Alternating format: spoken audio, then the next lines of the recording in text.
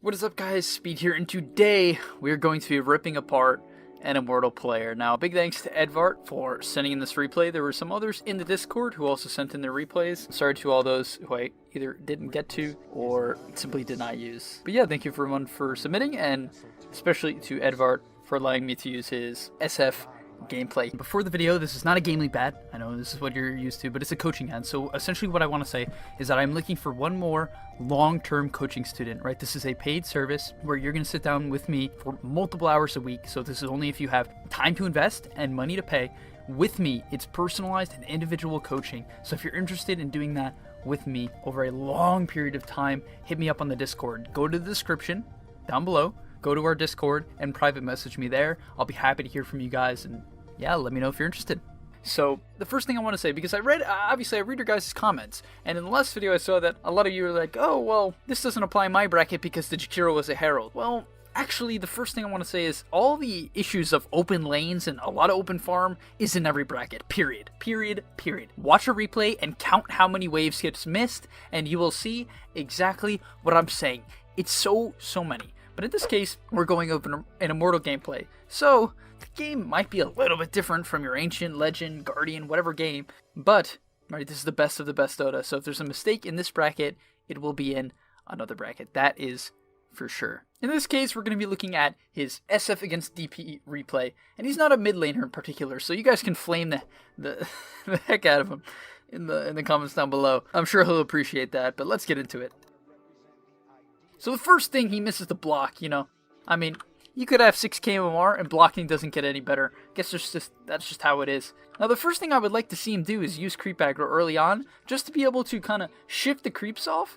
And what would happen if he uses creep aggro in this situation, and then his creeps draw to the DP in this case, right? Because if he right-clicks the DP and drags the dire creeps back to him, then what will naturally happen if DP is auto-attacking him, that his creeps will also run to her, bringing her creeps under tower, and his to him under his tower. And then for an SF, that's great. If you're good at last hitting under tower, you get 3 free CS. But in this case, he sort of just trades hits instead of drawing aggro, which I really don't like, right? The DP is up high ground, DP has a lot more base damage, 20, it's not even close, and he's trading hits, so that just doesn't make too much sense. You need to be very careful about that. So you notice now that the lane is just pushing in. This is terrible for him in this case. It's going to be very hard to last it. In fact, he gets denied. Really good, that was fantastic. You guys see the creep aggro there? I want to rip him apart, but, you know, also acknowledge what he does well. So in this case, that was close, but this creep aggro is fantastic, right? Brings it towards himself, preventing the DP from getting the deny. That's huge. Please, guys, start doing that at every single position in Dota. It's massive. Once again, he's creep aggroing again. This is great, right? Look, it gets him that creep. Unfortunately, he misses this melee creep, but overall secures him at minimum 3 CS. Not perfect, not even close to perfect, which is just a result of maybe he's not too comfortable at last hitting on SF, and SF has low damage, but so far so good on creep aggro. If you play mid, like, no offense, Edvard, but come on, you're an Immortal player. I feel like everyone should know this, but the first item you should buy in 99% of matchups mid is a healing salve. If you are playing mid and you're not buying a healing salve, trust me, you're doing something wrong. I'm not kidding, I'm 100% serious. Buy a healing salve as your first item. Let's see where it would have came into play in this case, right? You know, I don't necessarily know. I don't pre-watch these replays, but okay. Wow! Like, as I'm saying this, the worst case scenario for my example comes up. He gets a kill, and there's a regen rune to the north. Actually, this is something that comes with the Immortal bracket, if you guys weren't aware. Once you hit 6k MMR, every time you get a kill, a regen rune spawns top. It's actually just part of the algorithm, so, you know. I guess that's just meant to happen. But you can see the point, right? If he didn't have a salve, guys, and he was at 100 HP with no salve, he literally would get completely zoned off this wave and not be able to get a single creep. He would get his entire wave denied purely because he did not have a healing salve. Understand that. Without that regen rune, he's getting this entire wave denied. Entire wave denied. He would have had very limited mana and no HP. Luckily for him, you know, things happen. But do not skip salve. It's good for getting kills, it's good for playing defensive, it's literally good for everything. Alright, so in this upcoming clip, he gets a kill, and I want to point out what he did right and maybe what he did wrong. So in this case, what I would have liked to see him potentially do is hit the DP a little bit earlier. Now, he does eventually do it, which is great, right? Simply because he has this uphill advantage, right? Two things. He has uphill, and DP is next to the creeps, and he is not. Which means, if they trade one-on-one, that she's going to take creep aggro, and he will not. That's a big deal, right? So overall, I would have liked to see him hit her earlier, because now he's on the low ground, and she is as well. Now, in this case, I like the preemptive raise, assuming that she might man up, right? Not only that, he gets the range creep CS. Very nice. But what he does best here is use the bottle to get a nice bit of HP and potentially even keep him alive. Look how much HP that was, guys. I think he got like 80. Okay, maybe he would have lived on like 10 HP anyway. I don't know the exact number, but you saw how crazy that was. It was like a fairy fire. I mean, really, great item usage there. Obviously cutting it close, and that's where like all the little prep going up to a kill matters. If he hit her with a long raise to prep up a kill like that, it would have been better. If he got snuck in 1 or 2 right clicks before he went on her, due to the fact that she was pressured to go for the range creep CS, then once again, it wouldn't have been that close. And, okay, he's just going to run at the Tusk. What the? Alright, Tusk is trash, that's all I have to say. But not a bad laning stage so far. However, I do want to say he ends up losing this game. So where we're going to see the majority of mistakes, contrary to the Shihiro video, is in the mid and late game. So a little bit of a switch up. Immortal race coming up. Look, he said thanks. Guys, I'm so nice. So upcoming here, I think we see the first major mistake and the first like sign that this player clearly isn't a mid laner, or at least isn't at the top of his craft, right? Whenever you're playing mid, especially as a hero who likes to stack, like SF, right? Or needs to stack and go take jungle camps, once you can nuke out the wave, which is level 3 raise, that's the typical, then you need to immediately raise the wave and go back if that is your plan. And in this case, he sees the Tusk here. He sees the Tusk, okay? And what does he do? He nukes the wave and starts walking up. Why? Why? What could he possibly do here? He has no plan in his head. You have to have a plan, guys. Okay? Let's say once I hit level 3 raise, like this is why you watch replays. You see when do they go jungle? Once they hit this point in the game. For him, it could have been this level 3 raise timing. He pushes in the wave and should have been instantly backing to the jungle camp. Literally no time. Not only that, he walks up to a DP. One of the worst heroes to approach in Dota, right? I mean, he's actually done that with success in the past, but it gets him killed, right? And that's simply, literally simply, because he had no plan and didn't understand his strength as an SF, which is the ability to nuke out the wave in 2 raises with level 3 raise and immediately go back to the jungle. That would have been a huge efficiency for him. But you can see, like, if you ever hesitate, hesitation gets you killed. It's as simple as that. He knew the Tusk was there, but he hesitated and didn't know what to do. Right, simply, he didn't know farming patterns. Farming patterns keep you alive. Good farming patterns literally keep you alive because they keep you off the map. I talked about farming patterns in the last video, and that's exactly what I mean. Not only do they amp up your farm on a hero like SF or Alk, but they literally protect you from ganks. That's huge. Now at this point, I think he's sort of making the same mistake. Instead of looking to increase efficiency like you should be doing on a hero like SF, he's simply looking to push in mid. Which in this case is okay if he gets a stack, but what would have happened if he cleared the camp, right? If right here, we go back 10 seconds, because this was the 5-minute wave, right? This wave right here spawned at 5 minutes. This one right here, I know it's 5:30 now, but it spawned at 5. If he pushes this in, and then proceeds to immediately take this camp, what happens, right?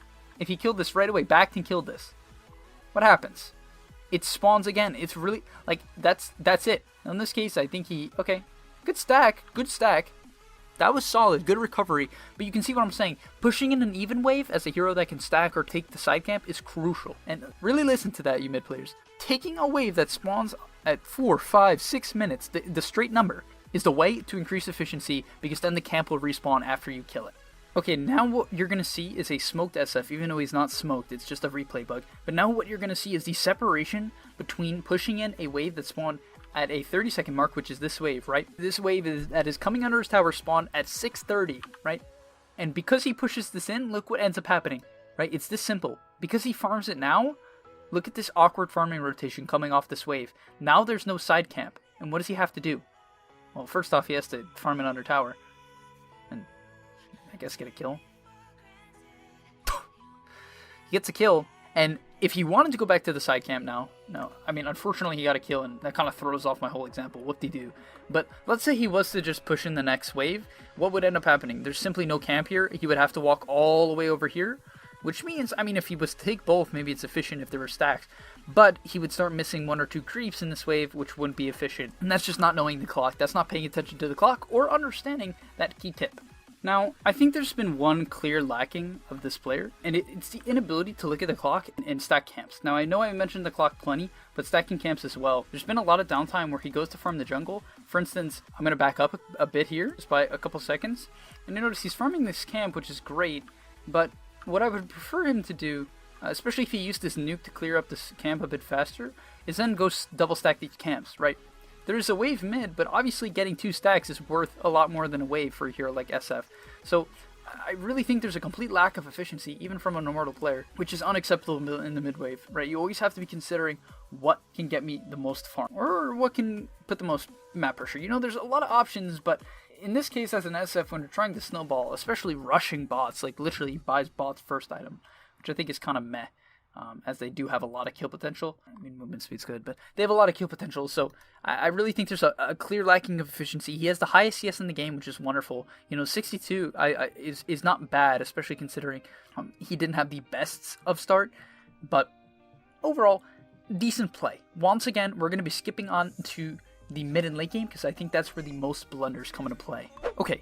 He's respawning in 5 seconds, and similar to the heraldic hero, I think he makes sort of a mistake. Now this one's kind of hard to see, and it's actually debatable, so you can debate me on the comments about this one. But he TP's top, right? This Death Prophet is basically dead, right? She's actually close to living, so. But she dies without his help, right? He didn't hit a single spell. And then he sort of cleans up this Brewmaster kill, right? Okay, he gets a kill, you know, but it's definitely not his best play for net worth, right? Because let's see what he does next. It's just he's walking to. It's not what you're not farming. Like you're not farming a single wave. You're actually just walking all the way mid to take a tower that was dead.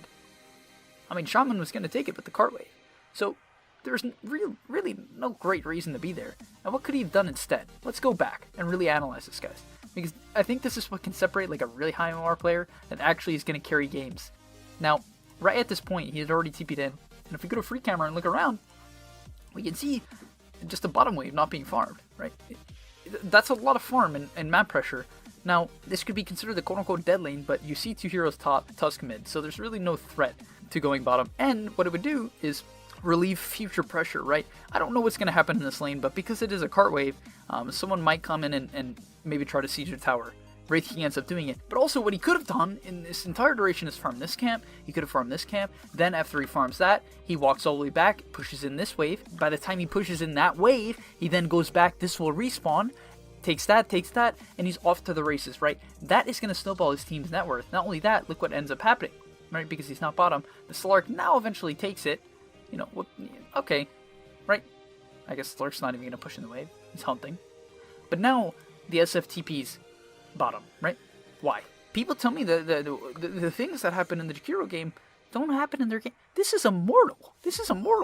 And people are 4-man ganking a Wraith King who was dead at 60 minutes in. Like, it's great to go for kills, but this is totally not the way to amp the farm, right? Now what's going to happen again is that you're in the same lane as your Slark, right? This camp's dead, and what do you have to do?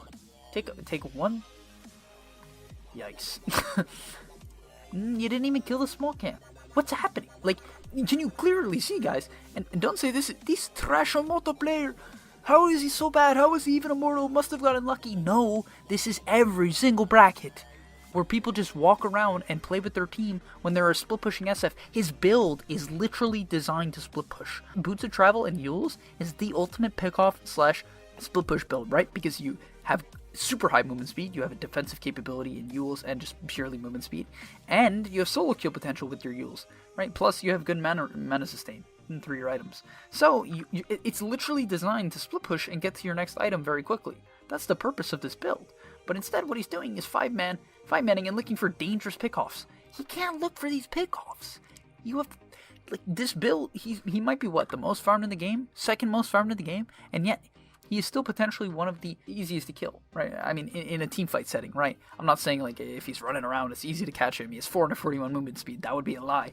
But in a team fight, like one Tusk snowball and he's forced to Yules, which then will set him up to any sort of like split combo, right? It's simply not that safe. And in this entire duration, guys, in this entire duration of him going for kills, he has farmed close to 0 critical waves. 0, 0, 0, 0. Okay, he killed 2 small camps. Finally pushes in 1 wave, and what happened because he pushes in this wave? His Slark doesn't get the farm. Do you think this is amping net worth? Do you think these kills are amping net worth? It is 26-7, and he is 4k up. Want to know why? I think you know why at this point. It's because he's not shoving in waves, which as a result does not pressure anyone out of the camps. Now, for instance, if at this point, look at the map, if at this point he pushed in bottom, right? Pushed in bottom, and his team was able to take over this jungle, then they'd be cutting off the resources, right? Because they could shove in mid and threaten people on the mid tier 2. They could threaten people on the bottom tier 2. They could take all these camps, or they could do the same thing top lane. Doesn't matter. You know? Even if he was to set up a kill with this clock, I'd be a little bit happier. Why? Because he'd be away from his Slark, so he's not stealing his Slark's wave. He's not taking his Slark's wave, and maybe he'd be getting a kill, but he's literally kill chasing. Don't kill chase, guys. Do not kill chase. Don't kill chase. Period. Don't kill chase. Okay? It's unreliable for these snowbally type of cores.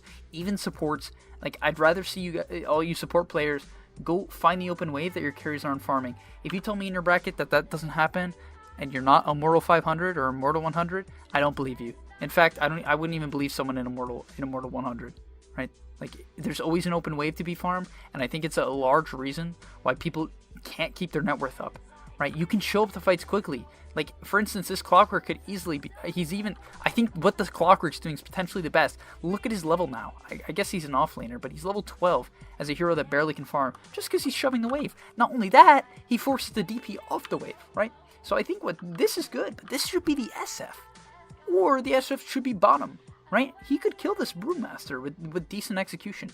If he hits a double raise or into a Yules combo, I think he could kill him. Right? I mean, that's up to you to know